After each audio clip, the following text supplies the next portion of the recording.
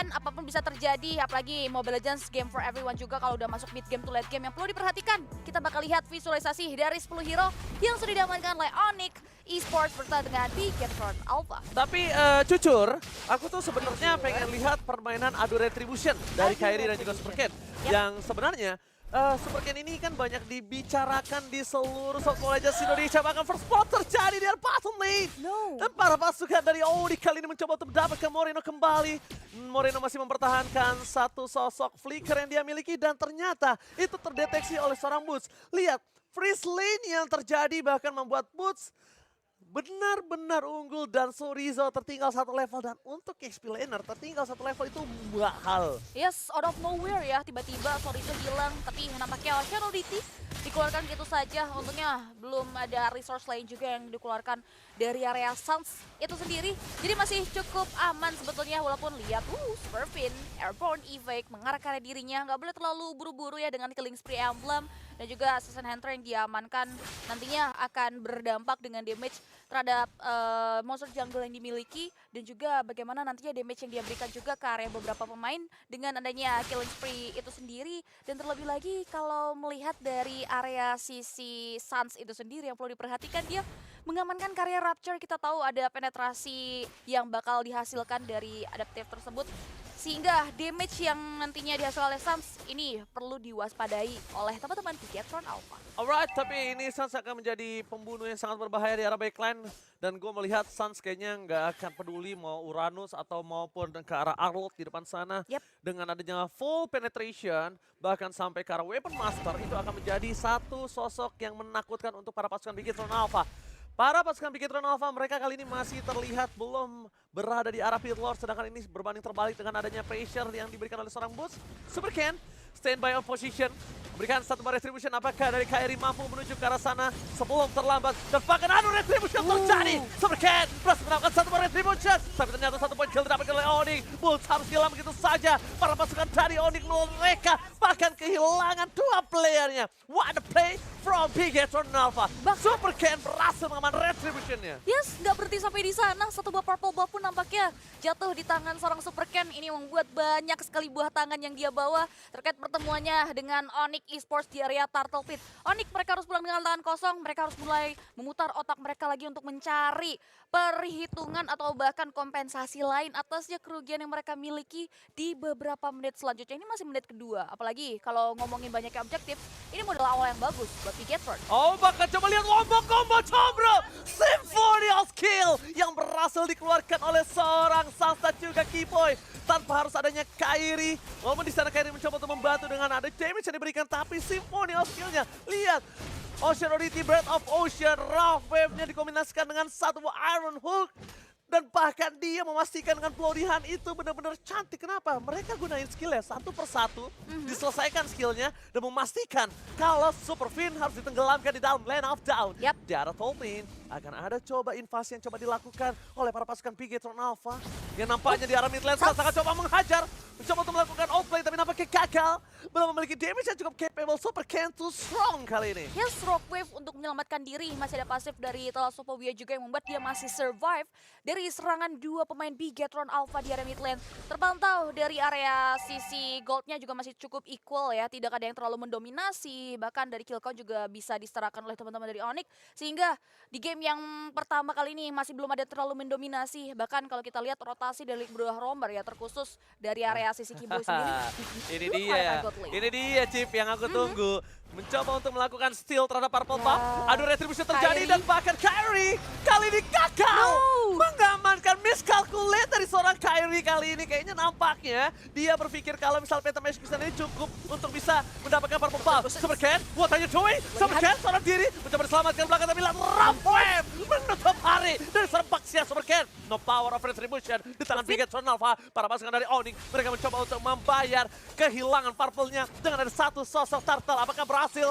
Tapi para pasukan dari Onyx mereka nampaknya akan mendapatkan turtle ini dengan gratis tanpa ada cashback sama sekali. Bahkan cuan for life. Alright, akhirnya ada satu pertukaran tapi belum berhenti sampai di sana, di mana final flash dikeluarkan gitu saja. Kairi mendinau serangan yang diberikan oleh Super Win dengan ada satu buah Tondros yang dimiliki. Untung aja nggak ditumbangkan karena itu bisa jadi kerugian yang cukup fatal sih, karena baru aja beberapa detik sebelumnya dari area Onyx sendiri berhasil secure satu bak keuntungan di Suns. Happy birthday Moreno! Surprise attack Bapak Ibu yang membuat para pasukan dari Onyx kali ini berhasil mendapatkan satu buah poin kill. Moreno udah mulai harus aware sih. Dan bahkan kalau bisa kita lihat Cipi di arah top lane cewek cuma nge-buying time.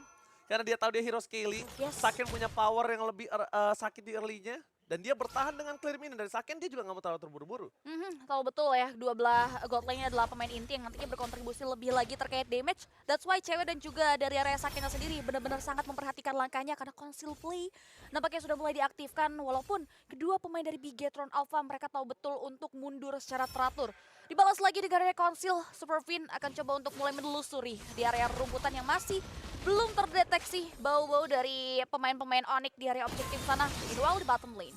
Oh, mencoba untuk mendapatkan satu sosok Sorizo dan ternyata nampak Kairi almost is never enough. Sorizo still survive di bottom lane, tapi coba di cancel. Raven dikeluarkan, tidak terlalu berimpact sangat banyak. Dan bahkan cewek fokus ke arah Saken. Raven for Keyboy, dibalikkan kembali kanan dan bahkan Moreno berhasil mengoplay. 3 player hilang. Onyx kehilangan 3 player, 3 pilar utama mereka. Dan bahkan di arah top lane menjadi sosok yang rugi karena turret 3 orang membuat Bigetron bebas untuk melakukan rotasi. Kairi terlalu sulit untuk ditangkap. Dan bahkan kalau bisa aku bilang ini mereka bisa invasi jungle, ngamanin jungle-nya. Karena buying time oleh Sorizo di arah bottom lane itu mahal banget ternyata. Yes, Kairi yang bisa maksimalin keadaan, hero yang cukup lincah juga akhirnya bisa membayar 3 nyawa teman-temannya. Walaupun secara general itu masih belum bisa untuk menutupi kerugian yang dialami oleh Onyx atas hilangnya objektif auto turret juga yang harus tumbang. Turtle terakhir sudah mulai dipantau oleh kedua belah jungler dan bahkan Keyboy udah mulai coba untuk menarik area satu buah member yang dimiliki oleh Bigetron Alpha. Terlalu sustain,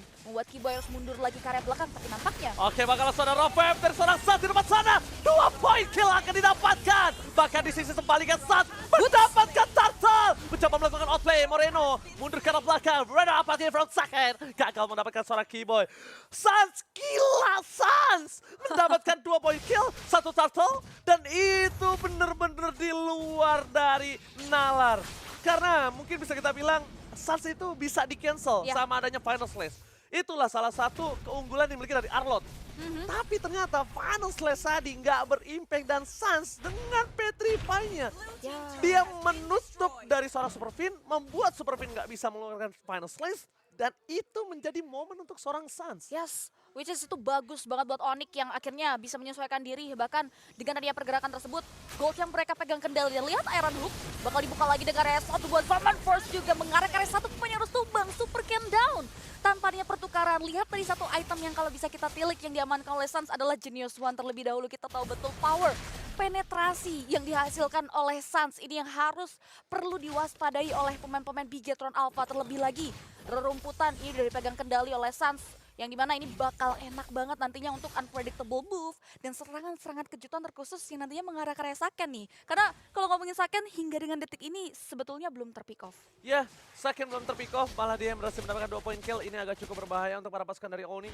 Dan lebih tepatnya ini berbahaya untuk seorang Kairi. Kalau dia terlalu dive in dan miscalculate, dia akan bisa ditumbangin dengan sangat cepat. Tapi kalau melihat dari para pasukan Onyx dengan ada 2000 gold yang diunggulkan, ini akan menjadi sosok yang berbahaya ketika di arah objektif nanti. Kenapa?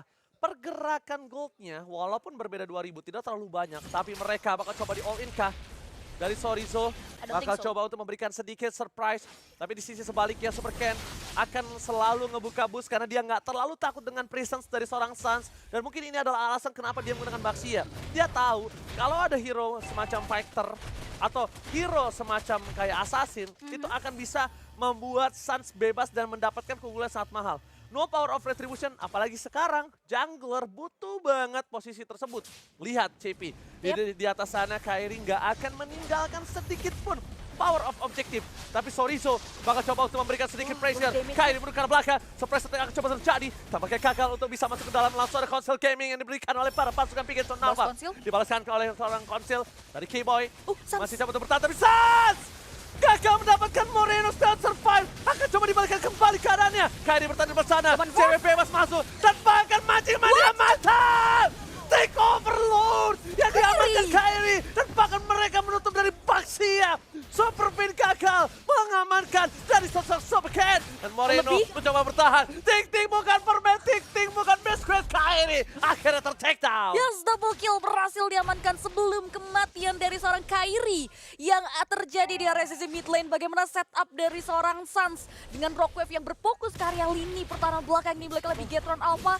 Itu yang dimanfaatkan oleh Onyx untuk akhirnya mencuri karya Retribution's power yang dimiliki oleh seorang Kairi. Dengan ada setup seperti itu, Onyx akhirnya berhasil menghancurkan inner turret yang dimiliki oleh Bigetron Alpha. Bigetron Alpha mereka berada dalam posisi yang sangat-sangat tidak diuntungkan. Lord memang belum ter-enhance dan power untuk charge-nya pun tidak ada. Tapi Keyboy. dengan adanya mid Lagi CV Keyboy. Udah aku bilang langsung dia terbakar. Palo slash. Langsung pada saat dikeluarkan begitu saja, tapi Kakak mendapatkan cewek. Kata everybody, ada Putis coming. Dia minta terlalu sakit, bunuh ke belakang. Belum dia dikeluarkan, sakit still survive. Tapi nampaknya baru pasukan dari Onyx. Mereka berhasil menutup Sorizo.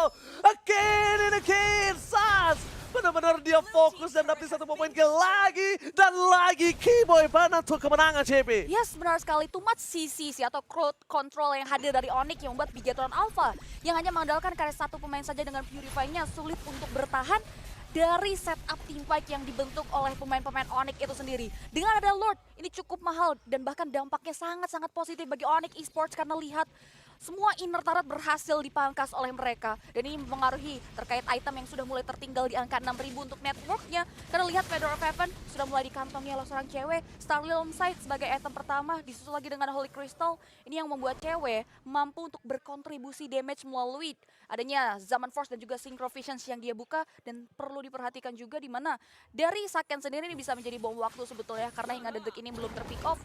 Terlebih lagi dengan area Blood of Prepare dan juga Malefic War, damage yang diberikan sudah maksimal. Alright, udah terlihat potensinya, tapi Keyboy belum terlalu terburu-buru. Arunho macam mana mantap lah nih, Hanurano siap menjadi pilihan utama, tapi saat Bandinai dan gagal Moreno Saturday berhasil membuat Terrify Gaming, tapi sakit di depan sana Moreno apati for nothing. Gak ada damage yang dikeluarkan, mereka kehilangan 3 playernya, bahkan coba fokus di arah bottom lane. Para pasukan dari Onyx, mereka tidak peduli apapun yang terjadi. Ini bencana!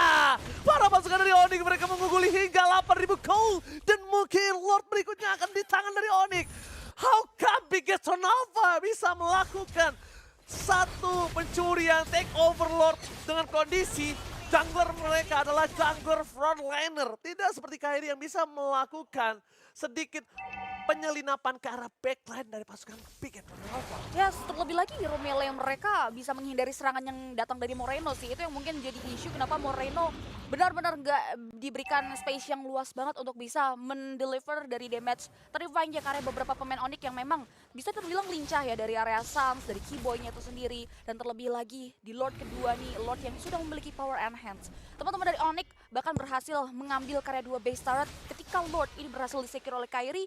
Ini bakal jadi momentum yang bagus banget buat mereka, tapi kita bakal lihat bagaimana power retribution dari Supercan. Karena kalau ngomongin dari perbedaan level, ini akan mempengaruhi bagaimana damage retribution nantinya masuk. Mengingat Kairi sudah memasuki level maksimal.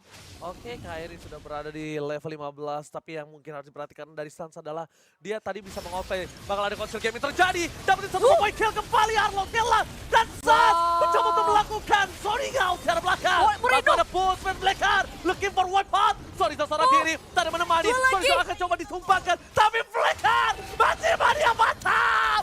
Oh my god, Iron Hope from Keyboy, looking for wipe out. Bigetron Alpha terwipe out. Onyx Esports take the K1. Onyx Esports mengamuk dengan kemenangan 1-0 di match kita yang kedua. Setup mereka di early mereka cukup terseok-seok dengan first blood-nya Sorizo. Out of nowhere di turtle ketiga sih. Zoning out.